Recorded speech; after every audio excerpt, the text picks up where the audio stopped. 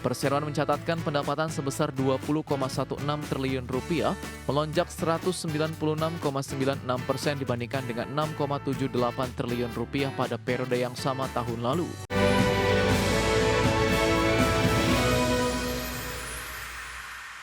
PT Harta Dinata Abadi Tbk membukukan kenaikan laba bersih sebesar 189,48% menjadi 433,49 miliar rupiah pada kuartal 1 2026. Ya, bertumbuhnya laba bersih seiring dengan kenaikan pendapatan yang diborong oleh lonjakan harga emas global dan penguatan volume penjualan. PT Harta Dinata Abadi Tbk mampu mencatat kenaikan laba bersih 189,48% menjadi 433,49 miliar rupiah pada kuartal 1 2026 seiring dengan lonjakan harga emas global dan penguatan volume penjualan. Perseroan mencatatkan pendapatan sebesar 20,16 triliun rupiah, melonjak 196,96% dibandingkan dengan 6,78 triliun rupiah pada periode yang sama tahun lalu. Kinerja tersebut ditopang oleh kenaikan volume penjualan emas murni sebesar 75,18% secara tahunan menjadi 7,83 ton. Di sisi lain, harga jual rata-rata atau average selling price emas meningkat 71,01% menjadi 2,56 juta rupiah per gram. Adapun segmen grosir masih menjadi penopang utama bisnis perseroan dengan kontribusi 90,60% terhadap total pendapatan. Kontribusi itu termasuk penjualan kepada institusi keuangan Balion Bank dan sejumlah perbankan syariah. Sementara itu, segmen retail menyumbang 9,13% dan gadai sebesar 0,26%.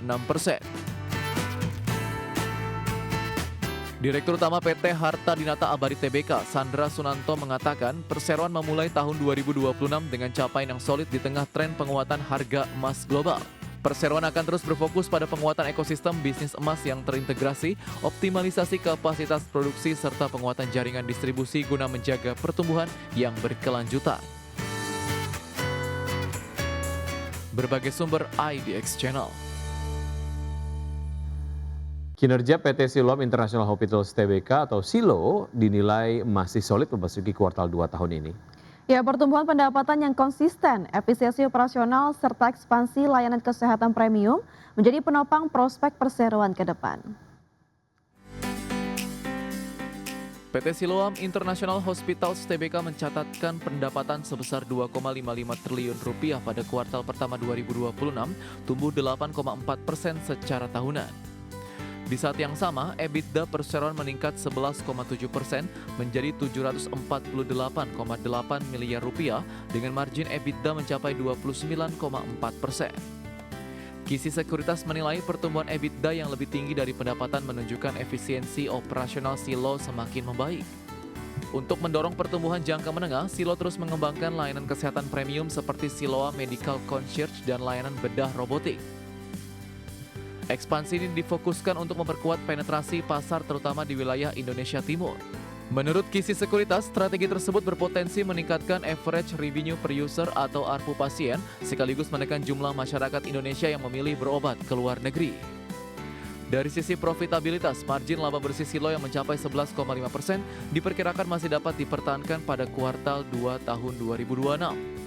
Selain itu, langkah perseroan mengintegrasikan 14 properti rumah sakit senilai 9 triliun rupiah dinilai akan memperkuat basis aset dan fleksibilitas ekspansi jangka panjang. Dengan berbagai katalis positif tersebut, Kisi Sekuritas merekomendasikan buy untuk saham Silo dengan target harga Rp3.200 per saham. Berbagai sumber IDX Channel.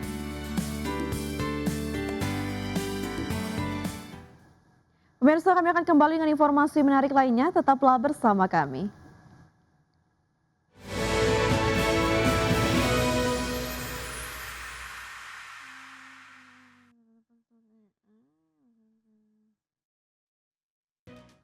Ya, lebih dari 400 emiten di Bursa Efek Indonesia belum memenuhi ketentuan free float minimal 15%. Dari jumlah itu terdapat nama besar seperti PT Barito Renewables Tbk, PT Bank Syariah Indonesia Tbk, PT HM Sampurna Tbk, dan PT Pantai Indah Kapuk II Tbk. Berdasarkan data terbaru Bursa Efek Indonesia, sebanyak 560 emiten atau sekitar 59% dari total 965 perusahaan tercatat telah memenuhi ketentuan free float minimal 15%. Meski demikian, bursa masih memberikan masa transisi bagi emiten yang belum memenuhi ketentuan tersebut. Bagi emiten dengan free float di bawah 15%, Bursa Efek Indonesia mewajibkan pemenuhan minimal free float sebesar 12,5% paling lambat 31 Maret 2027 dan meningkat menjadi 15% pada 31 Maret 2028. Sementara itu emiten yang saat ini memiliki free float di kisaran 12,5% hingga 15% diwajibkan memenuhi ketentuan minimal 15% pada 31 Maret 2027. Ketentuan ini berlaku untuk emiten dengan kapitalisasi pasar minimal 5 triliun rupiah. Sedangkan emiten dengan kapitalisasi pasar di bawah 5 triliun rupiah memperoleh relaksasi hingga 31 Maret 2029 untuk memenuhi ketentuan free float minimal 15%.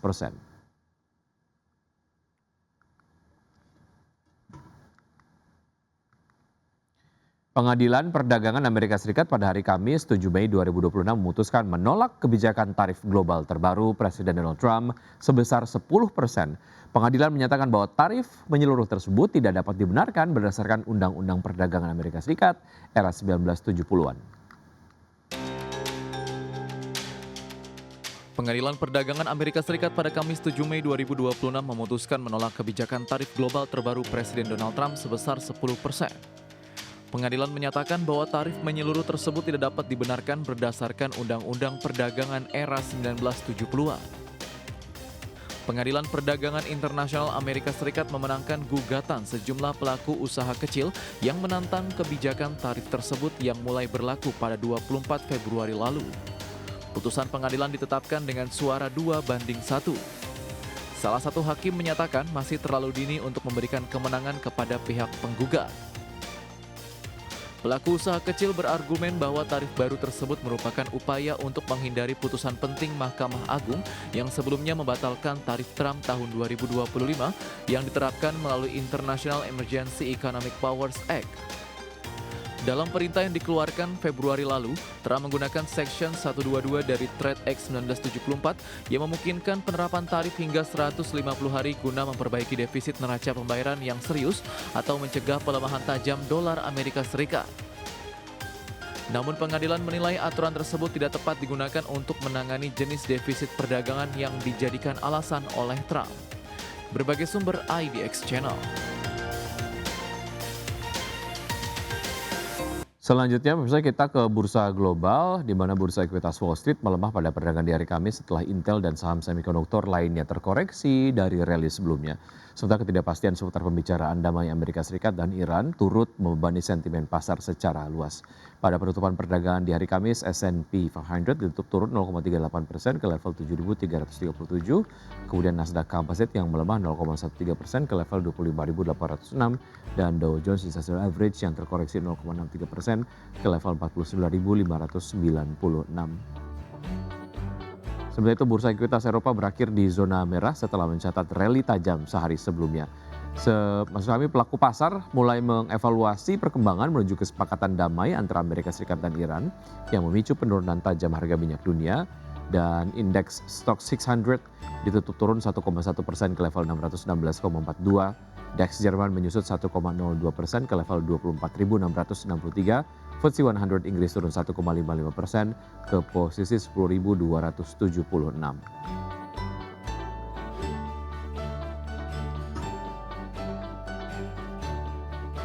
Terima kasih Anda masih bergabung sama kami. Pemirsa, PT Raharja Energi Cepu Tbk menyetujui pembagian dividen tunai sebesar 122,17 miliar rupiah dalam rapat umum pemegang saham tahunan yang digelar pada Kamis 7 Mei 2026. Ya, berdasarkan hasil RUPST, perseroan membagikan dividen tunai sebesar 7,03 juta dolar Amerika atau setara 122,17 miliar rupiah. Nilai tersebut setara dengan Rp45 per saham. Manajemen menyebut pembagian dividen mencerminkan komitmen perseroan untuk memberikan imbal hasil yang konsisten sekaligus menjaga ruang pertumbuhan ke depan. Sebagai catatan, sepanjang 2025 lalu perseroan membukukan laba bersih sebesar 15,2 juta dolar Amerika atau tumbuh 8,9% dibandingkan tahun sebelumnya. Kenaikan laba terjadi meski pendapatan terkoreksi 14,6% menjadi 49,3 juta dolar akibat penurunan volume lifting dan harga minyak. Perseroan mencatat efisiensi biaya menjadi salah satu penopang utama kinerja di tahun lalu.